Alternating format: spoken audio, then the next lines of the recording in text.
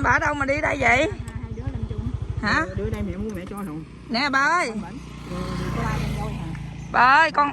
3 con voi. Nè con hỏi thăm nè. 3 con voi là chạy nhanh kìa. Bà. Bà chạy nhanh bẩn kìa. Nè. Bên đây nè. Bà ơi. Bên bẩn. Nè cho con hỏi thăm nè. Nè con cho tiền bà nè, bà lấy tiền không? Bà ở đâu mà bà đi đây hả? Hai mẹ con phải vậy chưa con? Hả? Hai mẹ con phải vậy chưa? Cho nó Bà ở đâu? Bà ở đâu? cho nó thời đi. Nè bây giờ bà ở đâu? Bà ở đâu? Bà nói con nghe coi. Hả? Cho nó thời đi. Mà bà ở đâu đi? Nói đi rồi con mới cho. Bà ở đâu? Bên hai đứa chúng mình đó mẹ về tới rồi kia. Đó mẹ ở bên con. Rồi cho nó đời sốt dẻo. Con khiêng lên nặng thấy nặng. Để Ai cho tiền bà hả? Rồi sáng nay bà ăn gì chưa? Chưa, bên mình với bên con đấy. Đó, được chưa? Rồi được bên em rồi chưa? Được rồi đó Mự. Được bên con. Rồi bà lụm cái đó làm chi? Bên con đây. Nè, đây nè, từ từ. Dạ đó tới 9 miếng mà mẹ biểu con nhận khổ. Mà đi với mẹ hai lần nhận thôi. Cái đó hả mẹ? Chín tờ con voi của con á mà 6 lần nủ siêu đó không? Đó, cha đồ đó. Nè.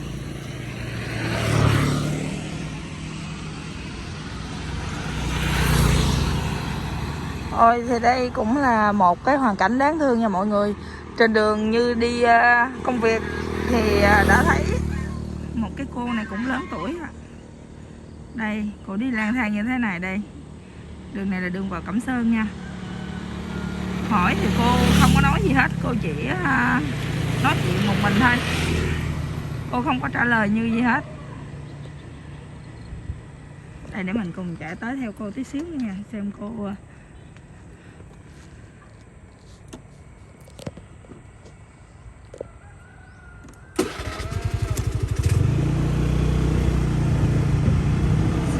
nói gì không nữa nha mọi người.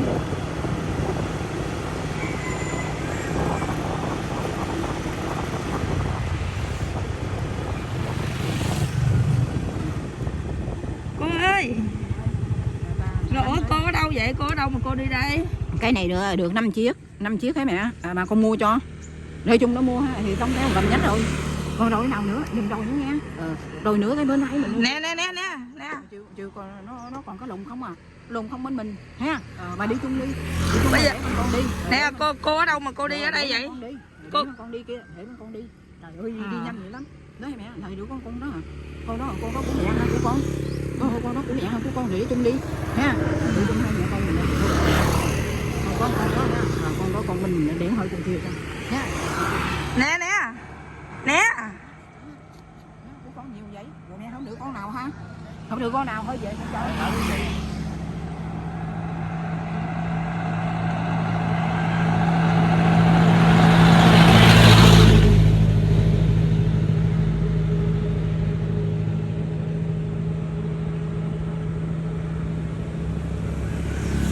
Tới hỏi thăm cô mà không có nghe được gì nha mọi người. Cô không có nói chuyện mà cô chỉ nói một mình thôi nha.